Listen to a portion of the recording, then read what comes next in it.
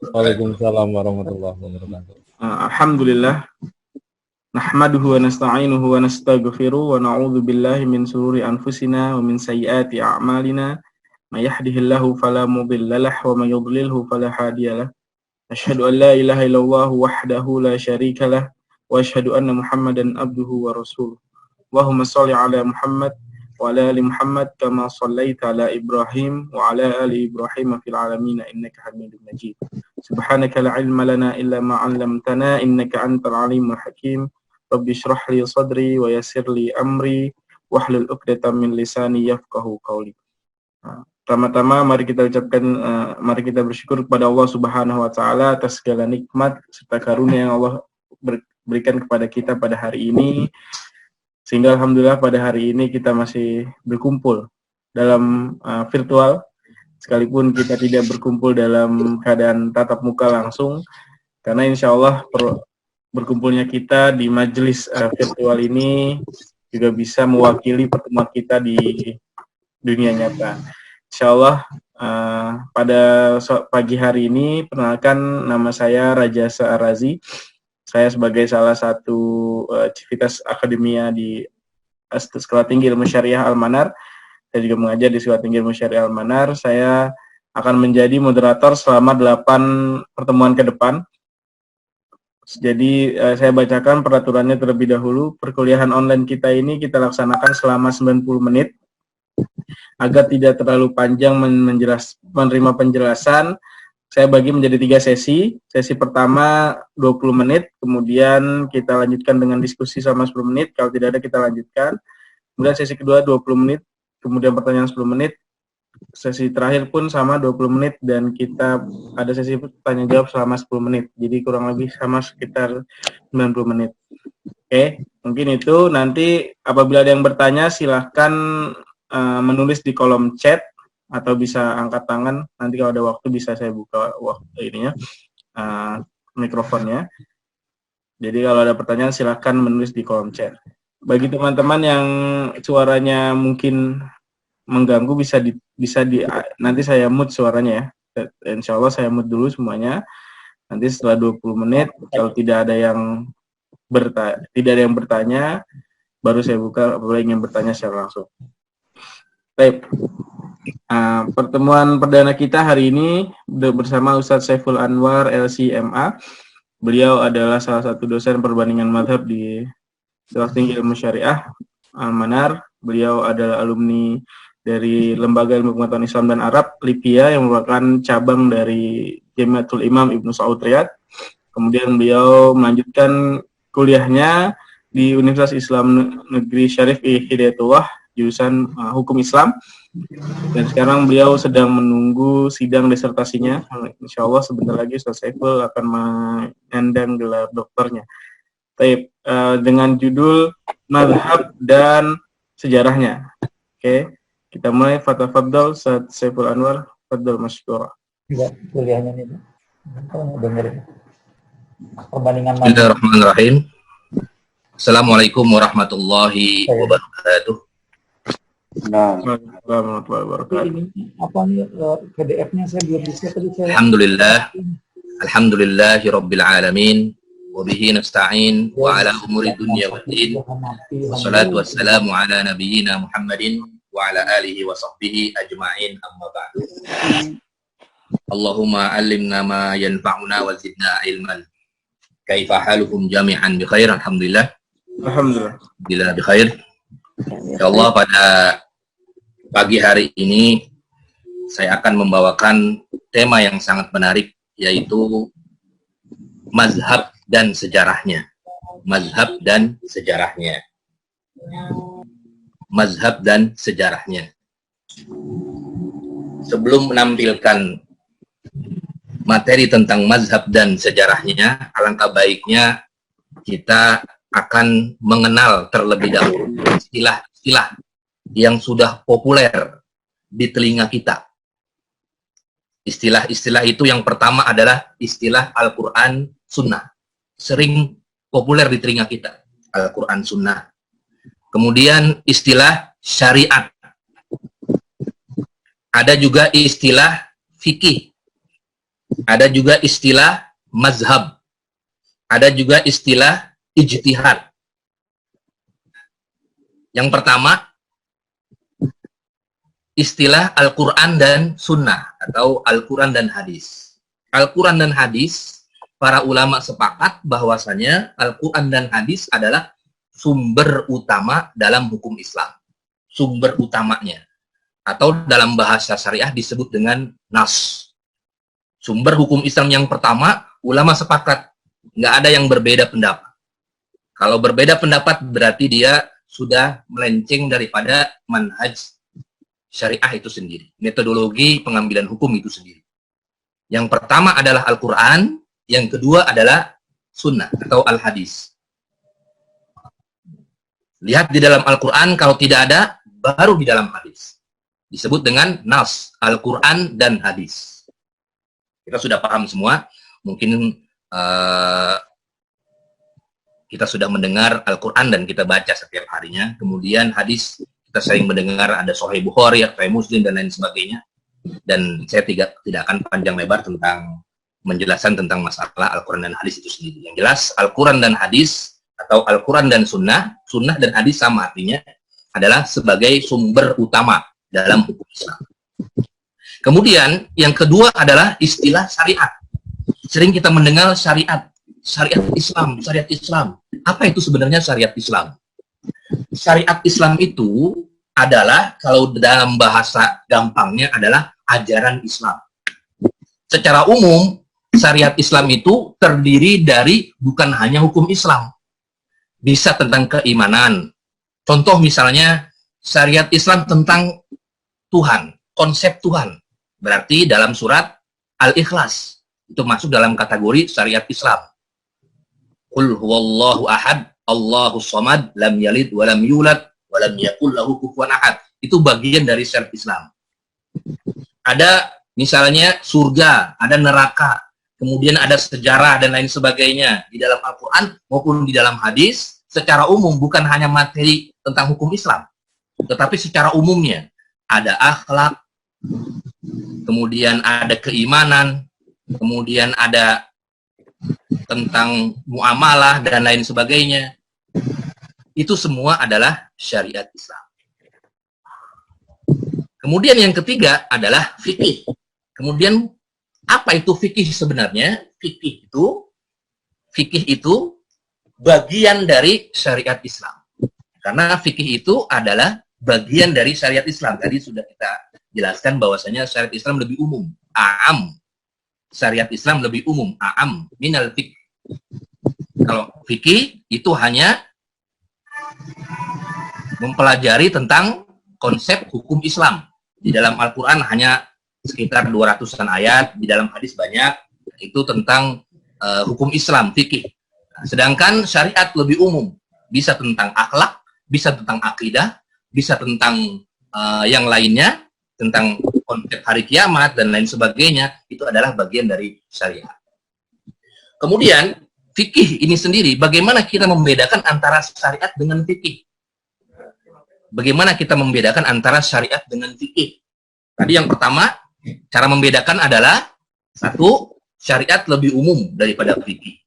Yang kedua, fikih itu hanya mengenai hukum-hukum Islam, baik itu ibadah, kemudian munakahah, kemudian jinayat, kemudian muamalat, dan lain sebagainya. Itu hanya khusus terhadap hukum Islam. Fikih itu hanya terhadap hukum Islam. Jadi, fikih akhos minas syariah, lebih khusus daripada syariat. Kemudian istilah yang selanjutnya adalah mazhab. Apa itu mazhab? Nanti akan dijelaskan sebenarnya di poin yang berikutnya. Mazhab itu adalah berawal dari ijtihad. Nanti ada hubungannya dengan yang di bawahnya. Mazhab dan ijtihad. Ada hubungannya. Ijtihad itu adalah pendapat seorang alim, ulama, seorang alim yang faqih, yang mengerti sama sekali, mengerti konsep hukum Islam yang tidak ada di dalam Al-Quran maupun di dalam hadis. Sehingga orang tersebut berijtihad. Misalnya contohnya yang tidak ada di dalam Al-Quran maupun di dalam hadis, nanti akan kita jelaskan di di lembaran-lembaran selanjutnya. Jadi ijtihad seperti itu. Nah, dari ijtihad maka lahirlah mazhab. Misalnya ada seorang ulama, misalnya Imam Syafi'i, beliau berijtihad. Kemudian ada Imam Abu Hanifah, beliau berijtihad. Ada misalnya Imam Ahmad, beliau berijtihad. Ada Imam Syafi'i misalnya, beliau berijtihad. Kemudian dari ijtihad tersebut, hasil-hasil ijtihad tersebut, kumpulan-kumpulannya, misalnya Imam Syafi'i berijtihad tentang masalah ibadah apa, berijtihad tentang masalah jinayah apa, kumpulan-kumpulan ijtihad tersebut, kemudian umat Islam mengikuti pendapat-pendapat Imam Syafi'i, itulah disebut dengan mazhab. Sekali lagi, apa itu mazhab? Mazhab berawal dari ijtihad. Apa itu ijtihad? Ijtihad adalah pendapat seorang alim, fuqaha, alim faqih, yang dia berijtihad, berusaha mencari dalil, mencari hukum Islam yang tidak ada dalilnya di dalam Al-Quran maupun di dalam hadis. Kalau ada dalilnya di dalam Al-Quran maupun di dalam hadis, nggak perlu diijtihadkan. Tapi tidak ada dalilnya di dalam Al-Quran maupun di dalam hadis yang sharih, yang jelas, maka perlu berijtihad. Nah, dari hasil-hasil ijtihad itu, misalnya ijtihad Imam Syafi'i. Banyak sekali ijtihad Imam Syafi'i, ada ratusan, bahkan puluhan ribu dari masalah ini semua itu ijtihad Imam Syafi'i. Kemudian umat Islam mengikuti pendapat-pendapat Imam Syafi'i, maka itulah disebut dengan mazhab. Itulah disebut dengan mazhab. Jadi kalau seseorang bermazhab Syafi'i, berarti tandanya ia mengikuti pendapat Imam Syafi'i. Atau kalau ulama Syafi'iyah disebut. Kalau Imam Syafi'i, Imam Asy-Syafi'i. Kalau ulama Syafi'iyahnya disebut Syafi'iyah, menisbatkan kepada Syafi'iyah. Karena Imam Syafi'i punya murid-murid, kemudian melahirkan generasi-generasi selanjutnya, ulama-ulama selanjutnya yang ikut pendapat Imam Syafi'i disebut dengan kalangan Syafi'iyah misalnya. Ada seseorang mengikuti pendapat ulama Syafi'iyah, maka ia mengikuti pendapat ulama Syafi'iyah. Atau langsung Imam Syafi'inya. Ada seseorang misalnya mengikuti pendapat Imam Syafi'i, maka ia disebut dengan Syafi'iyul mazhab. Dia mazhabnya adalah Imam Syafi'i. Jadi berawal dari ijtihad, kemudian lahirlah mazhab. Berawal dari ijtihad, lahirlah mazhab. Kemudian poin yang terakhir, pentingnya belajar sejarah mazhab sangat penting sekali. Kenapa? Karena kita bisa mengetahui, kalau bahasanya adalah jas merah. Jas itu jangan kamu tinggalkan sejarah. Pentingnya belajar sejarah itu begitu. Nanti kita akan, karena materi kita itu adalah mazhab dan sejarah. Mazhab dan sejarahnya. Kemudian yang selanjutnya adalah masuk ke poin berikutnya tentang definisi mazhab. Masuk ke poin berikutnya lebih spesifik lagi tentang definisi mazhab. Mazhab dari segi bahasa dan mazhab dari segi istilah. Dari segi bahasa berasal dari sighah masdar mini atau dari isim makan, dari kata zahaba kemudian tambah mim jadi mazhab, atau ada yang menyebutkan dari isim makannya mazhab. Apa yang artinya adalah kalau isim makan berarti tempat pergi, atau bisa diartikan at-thariq, jalan.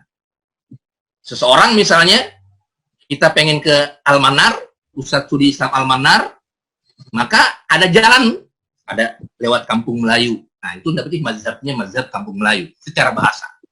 Ada yang lewat misalnya lewat Pulau Gadung. Itu namanya mazhabnya adalah mazhab lewat Pulau Gadung. Kenapa? Karena mazhab secara bahasa adalah thariq, artinya jalan. Kita pengen sampai semua ke Al-Manar, ada banyak jalan. Ada yang lewat Pulau Gadung, ada yang lewat Kampung Melayu, kemudian ada yang lewat misalnya lewat Duren Sawit dan lain sebagainya. Itu secara bahasa mazhab itu artinya at-thariq. Secara bahasa mazhab artinya at-thariq, yaitu jalan. Kemudian secara istilah, mazhab secara istilah adalah, kalau kita lihat, kumpulan pendapat-pendapat mujtahid. Kan Kita ambil misalnya Imam Abu Hanifah. Imam Abu Hanifah, dia seorang mujtahid. Dia sudah membahas tentang syarat-syarat ijtihad, karena nanti ada bahasannya. Seorang mujtahid, misalnya taruh Imam Abu Hanifah. Beliau berijtihad. Kasus A, kasus B, kasus C, sampai dengan puluhan kasus. Sampai dengan ratusan kasus. Maka kumpulan-kumpulan hasil-hasil ijtihad Abu Hanifah itu disebut dengan mazhab. Jadi, menurut istilah kumpulan-kumpulan pendapat mujtahid, misalnya pendapat Imam Syafi'i yang berupa hukum Islam, fikih. Hukum Islam yang digali bukan hanya sekedar pendapat-pendapat biasa, tapi ini pendapat dari orang yang alim. Orang yang mengetahui syariat Islam, orang yang mengetahui, orang yang faqih, orang yang benar-benar dalam ilmu agamanya. Maka pendapat-pendapat tersebut, pendapat dari imam mujtahid tersebut, digali dari dalil-dalil syariat. Apa itu dalil-dalil syariat? Al-Quran dan Sunnah. Dua yang tadi kita jelaskan. Al-Quran dan Sunnah itu adalah dalil-dalil syariat. Secara rinci, sebagai kaidah, qawaid, nanti kalau pengen lebih detail lagi, apa itu qawaid-qawaidnya, nah, bisa masuk ke sistem mana bisa. Karena banyak sekali landasan-landasan usulnya, sehingga seorang mujtahid tersebut pendapat-pendapatnya tidak bisa sembarangan boleh, tidak bisa sembarangan haram, tidak bisa sembarangan makruh, tidak bisa. Dia harus diambil dari Al-Quran dan hadis melalui pemahaman beliau, digali dari dalil-dalil syariat yang rinci, yang tafsiriyah, beserta qawaid-qawaid landasan usul-usul, dibahas di usul fikih nanti kalau ada kalau ingin memperdalam kembali, dan saling terkait satu sama lain sehingga menjadi kesatuan yang utuh. Artinya, misalnya pendapat Imam Syafi'i tentang fikih ibadah, pendapat Imam Syafi'i tentang fikih muamalat, itu semua sudah tercantum di dalam kitabnya Al-Um misalnya. Nah, itu semua kalau kita mengikuti pendapatnya mazhab Imam Syafi'i, kita buka, kemudian kita ikuti, tandanya kita mengikuti mazhab Imam Syafi'i. Lalu ada pertanyaan, gimana kok nggak langsung ke Al-Quran dan hadis, nggak langsung ke Al-Quran Sunnah? Saya sudah jelaskan tadi, kasus-kasus tersebut adalah kasus yang tidak ada dalilnya di dalam Al-Quran dan hadis. Kalau ada dalilnya di dalam Al-Quran dan hadis, ngapain ngambil-ngambil pendapat ulama?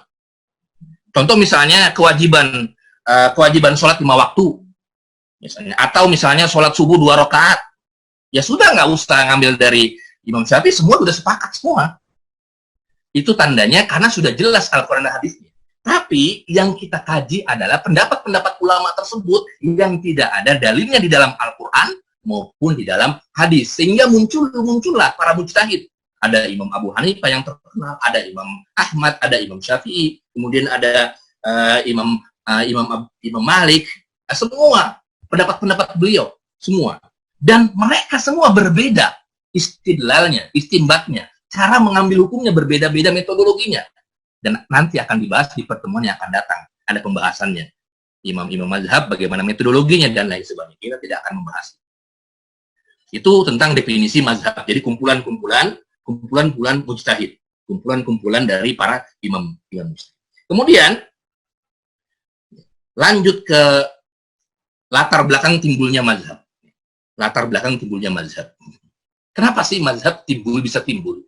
Ya, pertama, alasan yang kuat adalah karena tidak ada dalilnya di dalam Al-Quran dan hadis. Dalilnya yang soreh maksudnya. Dalil yang soreh. Makanya, mohon maaf, misalnya ada kasus hukum yang terjadi perbedaan pendapat para ulama itu. Kenapa? Karena di dalam Al-Quran maupun di dalam hadis yang sorehnya, yang jelasnya tidak ada. Ada, tapi hanya zonni. Ada terjadi perbedaan pendapat para ulama tentang memahami konsep hadis tersebut. Nah, itu bahasanya seperti itu. Jadi, latar belakang timbulnya mazhab, kenapa timbulnya mazhab, bisa ada mazhab? Yang pertama adalah perbedaan pemahaman terhadap lafaz nas. Apa itu nas? Tadi sudah kita jelaskan. Nas ada 2, ada Al-Quran, ada hadis. Para ulama memahaminya berbeda. Berbeda. Contoh misalnya. Contoh yang populer. Misalnya contoh yang populer adalah tentang masalah di dalam Al-Quran, Surat Al-Baqarah, wal mutallaqatu yatarabbasna bi anfusihinna salasata quru. Wanita-wanita yang ditalak istri-istrinya yang ditalak suaminya, maka iddahnya itu masa tunggunya 3 quru. Nah, quru itu para ulama memahami teks quru itu apa? Dibukalah kamus bahasa Arab quru ada 2 makna nih. Ada maknanya tuhur, ada maknanya al-haid, ada maknanya suci, 3 kali suci, ada maknanya 3 kali haid. Mana yang benar? Akhirnya para ulama berbeda pendapat. Kenapa? Andai kata, nah ini berandai-andai, tapi kan enggak. Kalau Al-Quran bahasanya wal mutallaqatu yatarabbasna bi anfusihinna salasata, misalnya salasata tur, 3 kali suci, udah nggak ada perbedaan itu udah. Tapi karena quru, apa nih makna quru? Dilihat di bahasa Arab, kamus bahasa Arab. Oh, ada 2 makna. Akhirnya para ulama terbagi menjadi 2 makna. Begitu. Gara-gara pemahaman, satu pemahaman saja. Pemahaman terhadap nasnya. Kemudian pemahaman terhadap masalah hadisnya. Biasanya ini berpengaruh terhadap tad'if, do'ib dan tidak do'ibnya hadis. Misalnya tentang masalah atau dari segi sanadnya bisa, misalnya yang satu ulama bilang ini hadisnya sahih, yang satu ulama ini hadisnya do'ib. Atau ada ulama yang boleh menggunakan hadis do'ib kalau tidak terlalu do'ib jiddan, misalnya begitu. Itu perbedaan ulama tentang masalah hadis. Jadi ada hadis nih, ada hadisnya, tapi hadisnya nggak sorry. Artinya bisa nggak sorry, pemahamannya apa? Bisa jadi sanadnya itu ada yang mengatakan do'ib, ada yang mengatakan hasan, ada yang mengatakan sahih. Atau bisa jadi hadis tersebut misalnya ada ulama yang memahami walaupun hadisnya do'ib, tapi dia masih bisa dijadikan dalil. Kenapa? Karena tidak do'ib jiddan, tidak lemah banget. Atau misalnya ada pemahaman tentang masalah hadis, tetapi pemahamannya bukan pemahaman tekstual, tapi kontekstual. Contoh misalnya dalil tentang masalah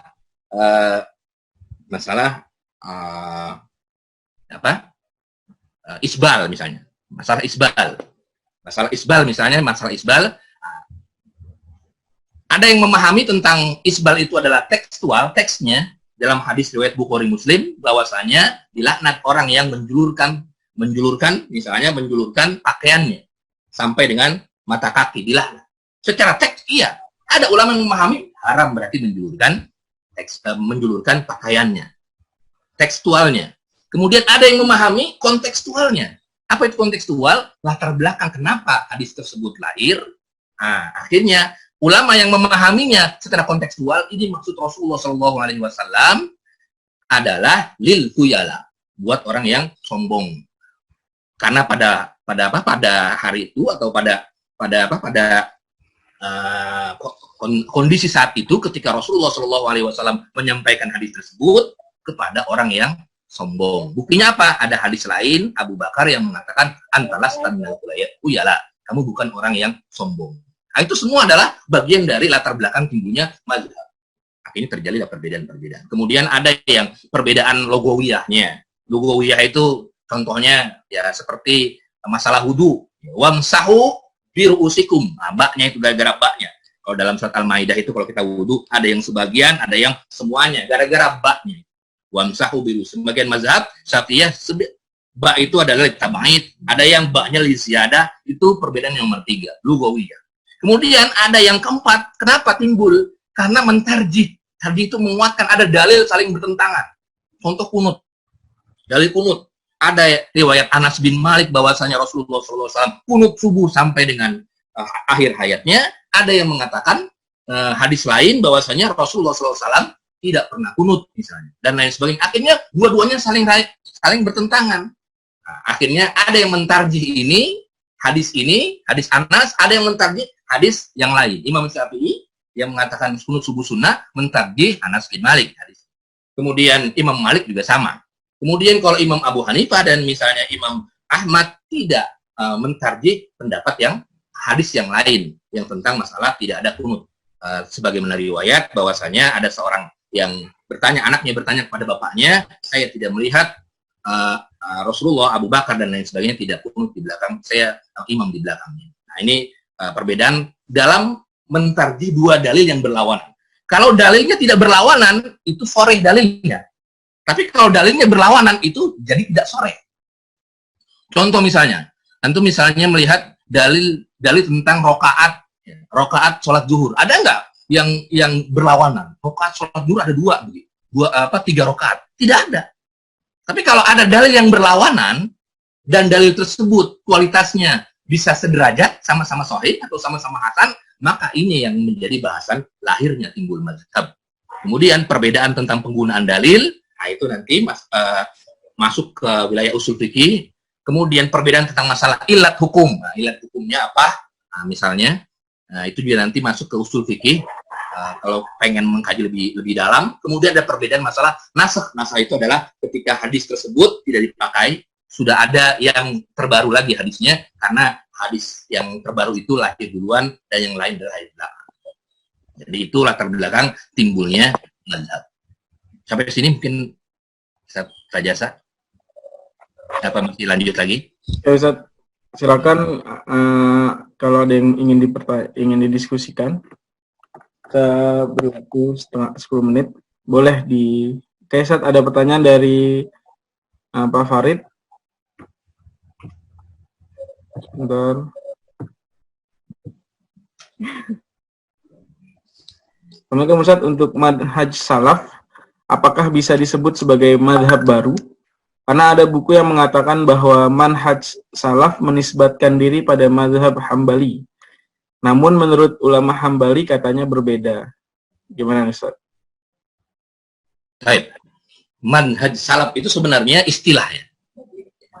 Istilah saja. Jadi salaf itu kalau dalam kamus itu atau dalam hadis Nabi Muhammad SAW itu generasi salafus saleh. Artinya zaman Rasul, zaman sahabat, tabi'in. Nah, itu generasi salaf. Jadi misalnya, antum termasuk Imam Syafi'i itu generasi salaf juga. Dia termasuk tabi'in ya. Kalau tabi'in itu Imam Malik, Imam Abu Hanifah. Jadi generasi salaf itu adalah generasinya setelah zaman Nabi. Zaman Nabi kan khairu qarni ya. Sebaik-baiknya generasi adalah generasiku, kemudian setelahku zaman sahabat, kemudian zaman tabi'in, muridnya sahabat, zaman tabi'in, murid-muridnya sahabat, cucu muridnya. Nah, itu namanya generasi salaf. Dan kalau kita, misalnya nih, kita zaman sekarang, berpendapat, ambil pendapatnya generasi salaf tadi, pendapat ijtihadnya, atau bermazhab ijtihadnya mereka, maka itu disebut dengan manhaj salaf. Itu disebut dengan manhaj salaf. Jadi bukan manhaj salaf itu artinya mazhab Imam Hambal, bukan. Tapi generasi setelah Rasul, sahabat, tabi'in itu namanya generasi salafus saleh. Jadi kalau kita pengen, misalnya nggak ada di dalam Al-Quran, kasusnya, nggak ada di dalam hadis, kita pengen ikut mazhab Syafi'i, tandanya kita bermanhaj salaf. Seperti itu. Metodologinya ada metode salaf. Tapi nanti timbul pertanyaan, apakah kita harus menggunakan metode salaf? Mengambil manhaj salaf begitu? Ya tidak harus semuanya. Kenapa? Karena beda. Di zaman sekarang pun, ya misalnya ada kasus-kasus baru yang tidak ada di zaman yang lalu, zaman dulu, kan perlu ijtihad baru. Begitu. Perlu ijtihad baru. Yang nggak mungkin kita lihat pendapat-pendapat ulama-ulama dulu nggak ada, bagaimana? Masa diem saja kita begitu? Misalnya sholat di mana gitu? Sholat di mana? Sholat di daerah yang maghribnya nggak ada mataharinya, begitu. Mataharinya beda dengan di yang normal misalnya, malamnya lebih lama daripada siangnya. Itu bagaimana? Nah itu semua adanya di zaman sekarang. Nggak bisa kita ikut metode. Nah begitu maksudnya. Jadi manhaj salaf itu adalah generasi setelah Nabi, kemudian tabi'in. Kalau kita ikut pendapat mereka, tandanya kita bermanhaj salaf. Manhaj itu artinya metodologi, cara pengambilan hukum. Ya kalau kita nggak bisa kita berijtihad kan, kita kan taklid, ya, karena kita bukan ulama yang bisa berijtihad seperti mereka. Kita berarti ikut pendapat misalnya generasi salafus saleh. Baik. Pertanyaan selanjutnya Ustaz dari Pak Mat Yasin. Apakah sampai saat ini ada usaha dari para ulama untuk menyatukan perbedaan pendapat ulama atau ijtihad tersebut agar ada kesatuan atau keseragaman di seluruh umat Islam dunia? Baik. Pertanyaan yang bagus ya. Pertanyaan yang bagus, bagaimana menyatukan pendapat. Pertama, yang harus kita pikirkan adalah kalau dalilnya adalah qat'i dilalah, jelas di dalam Al-Quran, sharih di dalam Al-Quran, di dalam hadis, itu udah sepakat semua, nggak mungkin berbeda. Tapi kalau yang wilayahnya adalah wilayah furu'iyah, nggak mungkin disatukan. Yang ada adalah tarjih. Sekali lagi, kalau misalnya dalam masalah yang usul, masalah yang sudah ittifaq, yang sudah dalilnya sharih, atau dalam istilah usul fikih namanya dalil qat'i, dalil zonni, dalil qat'inya begitu, jelas misalnya rokaatnya ada berapa, jelas rokaatnya ada berapa, terus hajinya ke Mekah, nggak ada yang bilang di dalam hadis hajinya kemana, gitu. Nggak ada, jelas itu namanya dalil qat'i dan nggak mungkin jadi perbedaan, maka itu disebut dengan sepakatan. Artinya memang kita sudah sepakat semua, mau ormas-ormas pun, mau NU, Muhammadiyah, Persi, semua pasti sama dalam hal dalil qat'i. Tapi kalau yang ditanyakan adalah bagaimana menyatukan dalil zonni, perbedaan pendapat ini dalil zonni, itu tidak mudah. Dan saya pikir tidak mungkin. Kalau saya pribadi tidak mungkin. Kenapa sebabnya? Karena lahir dari dalil zonni. Bukan dalil qat'i, lahir dari dalil zonni. Yang dugaan-dugaan saja. Mana yang benar, nggak bisa dibilang ini yang paling benar, nggak bisa. Kalau dalilnya qat'i, baru kita selesai. Tapi kalau dalilnya zonni, nggak bisa. Sehingga yang ada adalah saling menghormati, bukan cari yang paling benar. Misalnya kita pengen mengikuti mazhab Imam Syafi'i, ya silakan. Atau pengen mengikuti mazhab Imam Ahmad yang nggak kunut misalnya, ya silakan juga. Bagi yang taklid. Atau kalau bagi orang yang misalnya punya kemampuan untuk mentarjih, ya silakan. Saya pilih yang nggak kunut, atau saya pilih yang kunut, ya silakan juga. Artinya bagaimana bisa nggak menyatukan? Tidak bisa menyatukan kecuali kalau kita seorang